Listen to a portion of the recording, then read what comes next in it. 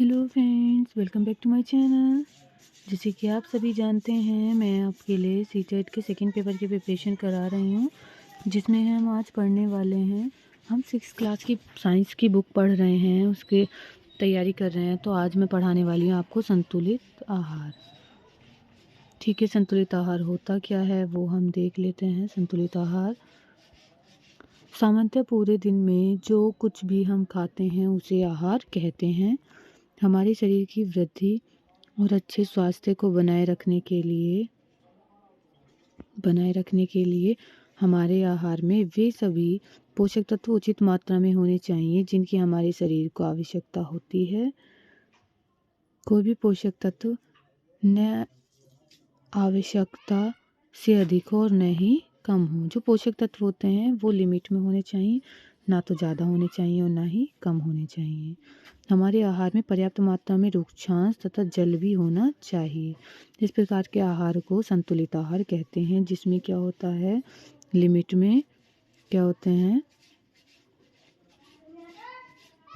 Limit में रुक्षांश होते हैं और जल होता है। ओके, आई होप यहाँ तक समझ में आ गया कि संतुलित आहार होते क्या हैं। अब हम आगे देख लेते हैं, आगे रीड करते हैं।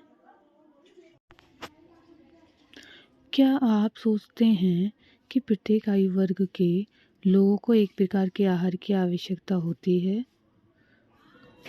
क्या आप यह भी सोचते हैं कि हमारे संतुलित आहार हमारे शारीरिक कार्य पर निर्भर करता है? हाँ, हम सभी ये सोचते हैं। एक सप्ताह की अवधि में आप जो भी खाते हैं उसका एक चार्ट तैयार करना है।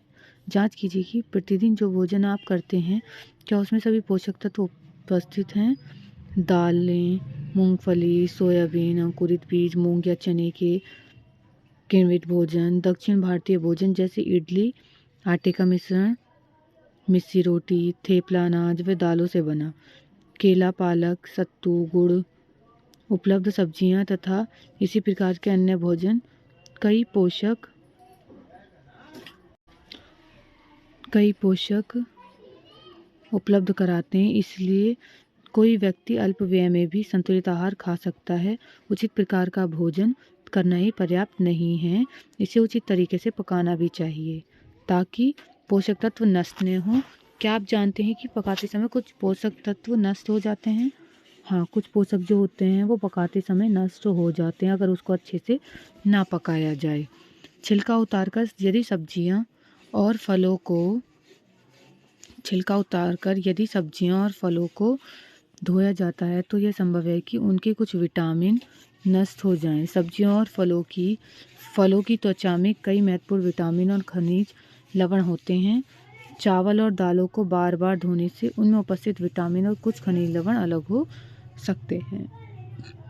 तो हमें ध्यान रखना है किस चीज़ को कैसे धोना है और कैसे नहीं धोना है। ठीक है, तो चावल और दाल जो होती है उन्हें बार बार नहीं धोना होता, 1-2 बार ही वॉश करना होता है, जिससे कि उनमें जो खनिज लवण हैं और विटामिन्स हैं वो बाहर ना निकलें। अब हम आगे देख लेते हैं।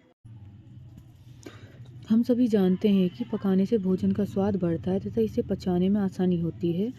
इसके साथ साथ पकाने में कुछ पोषक तत्वों की हानि भी हो सकती है। यदि भोजन पकाने में अत्यधिक जल का उपयोग किया जाता है और बाद में उसे फेंक दिया जाता है तो कई लाभदायक प्रोटीन तथा खनिज लवणों की हानि हो जाती है। पकाने में विटामिन सी आसानी से गर्मी से नष्ट हो जाता है। क्या यह उचित नहीं होगा कि हम अपने आहार में फल और कच्ची सब्जियों को सम्मिलित करें? Question mark. अब इसको जानते हैं आगे। बूझों ने सोचा कि हर समय वसायुक्त खाना ही सर्वोत्तम भोजन है। एक कटोरी कार्बोहाइड्रेट युक्त भोजन की अपेक्षा एक कटोरी वसायुक्त भोजन अधिक ऊर्जा देगा। क्या ऐसा नहीं होता? अतः उसने तली हुई चीज़ें, समोसा, पूरी, मलाई, रबड़ी, पेड़ा आदि प्रचुर वसायुक्त भोजन ही खाया और इसके अलावा कुछ नहीं खाया। क्या आप सोचते हैं कि वह ठीक था? निसंदेह नहीं।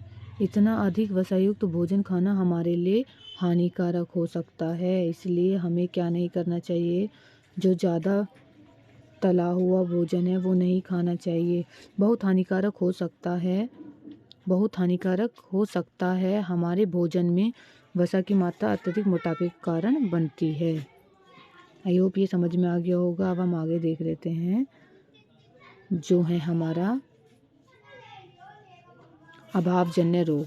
अभावजन्य रोग होते क्या हैं, इनको रीड कर लेते हैं। एक व्यक्ति खाने के लिए भोजन पका रहा है, लेकिन कभी कभी उसके भोजन में किसी विशेष पोषक की कमी हो जाती है। यदि यह कमी लंबी अवधि तक रहती है तो वह व्यक्ति उसके अभाव से ग्रसित हो जाता है। ठीक है, अगर हमें खाने में बहुत टाइम तक क्या नहीं मिलता है, हमें खाने में या तो विटामिन नहीं मिल रही हैं बहुत टाइम तक, या कार्बोहाइड्रेट्स नहीं मिल रहा है, तो हमें ये रोग हो जाता है। ठीक, एक या अधिक पोषक तत्वों का अभाव हमारे शरीर में रोग अथवा विकृतियाँ उत्पन्न कर सकता है। वे रोग जो लंबी अवधि तक पोषकों के अभाव के कारण होते हैं उन्हें अभावजन्य रोग कहते हैं। ठीक है, आई होप आपको अभावजन्य रोग समझ में आ गए होंगे क्या होते हैं। आगे देख लेते हैं। यदि कोई व्यक्ति अपने भोजन में पर्याप्त प्रोटीन नहीं ले रहा है तो उसे कुछ रोग हो सकते हैं, जैसे वृद्धि का अवरुद्ध होना, चेहरे पर सूजन, बालों के रंग का उड़ना, त्वचा की बीमारियां और पेचिश आदि। ठीक है, इस तरह के रोग हो जाते हैं, हो सकते हैं, होने की संभावना होती है अगर हमें पर्याप्त मात्रा में अच्छा आहार ना मिले, हमारी डाइट अच्छी ना रहे। यदि प्रोटीन तथा कार्बोहाइड्रेट दोनों ही किसी व्यक्ति के आहार से एक लंबे समय तक अनुपस्थित रहे तो उसकी वृद्धि पूरी तरह से अवरुद्ध हो जाएगी। अगर प्रोटीन और कार्बोहाइड्रेट खाने में नहीं है तो क्या होगा, तो उसके भोजन में तो उसकी जो वृद्धि है, बढ़ने की वृद्धि है, वो ख़त्म हो जाएगी। ऐसा व्यक्ति बहुत दुबला पतला हो जाएगा, वह इतना दुर्बल हो जाएगा कि चलने में भी असमर्थ होगा। विभिन्न विटामिनों और खनिज लवणों के अभाव से विभिन्न रोग अथवा विकृतियां हो सकती हैं। इनमें से कुछ 1.3 सारणी है एक, उसमें दिखाई हैं। देखते हैं आगे, अभी इसे रीड कर लेते हैं। सभी अभावजन्य रोगों की रोकथाम संतुलित आहार लेने से ही की जा सकती है। मतलब जब हमें प्रॉपर डाइट मिलेगी तभी इसकी हम रोकथाम कर सकते हैं। इस अध्याय में हमने स्वयं से ये जानने की कोशिश की कि विभिन्न क्षेत्रों के भोजन में इतनी अधिक विविधता होते हुए भी आहार में पोषक तत्वों का वितरण सामान्य है। ये वितरण हमारे भोजन में आवश्यक पोषक तत्वों की उपस्थिति सुनिश्चित करता है। आगे देख लेते हैं जो टेबल, यह है हमारी टेबल 1.3। क्या है इसमें, विटामिन और खनिज लवणों के अभाव के कारण होने वाले कुछ रोग। विटामिन ए, छेड़ता दृष्टिहीनता, मतलब आंखों में प्रॉब्लम हो जाती है। कमजोर दृष्टि, अंधेरे या रात में कम दिखाई देना, कभी कभी पूरी तरह से दिखाई देना बंद हो जाता है। B1, विटामिन B1 बेरी, दुर्बल पेशियां और काम करने की ऊर्जा में कमी।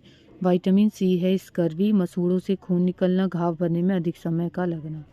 ठीक है, आगे क्या है, विटामिन डी, रिकेट्स हो जाता है, अस्थियों का मुलायम होकर मुड़ जाना। नेक्स्ट है कैल्शियम, हड्डियों तथा दंतक्षय, अस्थियों को हड्डियां ही बोलते हैं, कमजोर अस्थियां या दंतक्षय, दांतों में प्रॉब्लम। आयोडीन, घेंगा रोग हो जाता है आयोडीन से, और गर्दन की ग्रंथियों का फूल जाना, बच्चों में मानसिक विकलांगता। लोह क्या होता है, रक्तता आ जाती है, कमजोरी आ जाती है। आई होप यहाँ तक समझ में आ गया होगा। आगे देख लेते हैं। ये एक शॉर्ट नोट है, उसको हम एक बार रीड कर लेते हैं अच्छे से। एक शॉर्ट नोट है, क्या इंपॉर्टेंट नोट है।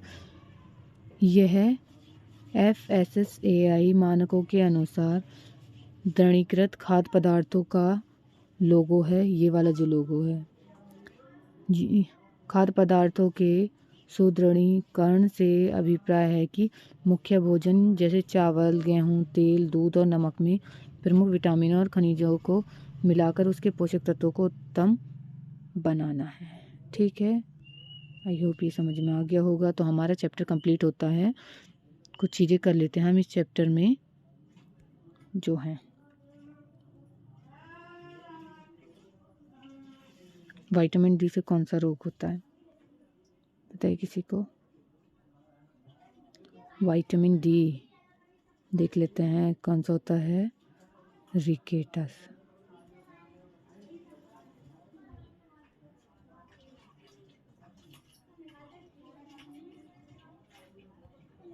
रिकेट्स होता है विटामिन बी से, बेरी, B1, स्कर्वी, सी से हमारे भोजन में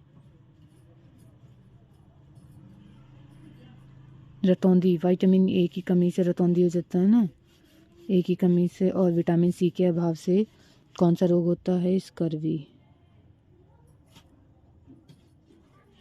ठीक है, आई होप आपको फर्स्ट चैप्टर अच्छे से समझ में आ गया होगा। ये हमारा फर्स्ट चैप्टर था जो कि कंप्लीट हो चुका है 6th क्लास का। इसको एक बार अच्छे से रिवाइज कर लीजिएगा। अब हम नेक्स्ट वीडियो में अपना करेंगे सेकंड चैप्टर। अगर वीडियो अच्छी लगी हो तो लाइक कर दीजिए, चैनल को सब्सक्राइब कर दीजिएगा और वीडियो को अपने फ्रेंड के पास शेयर कीजिएगा। चैनल पर इसी तरह से बने रहिए। Thank you for watching my video.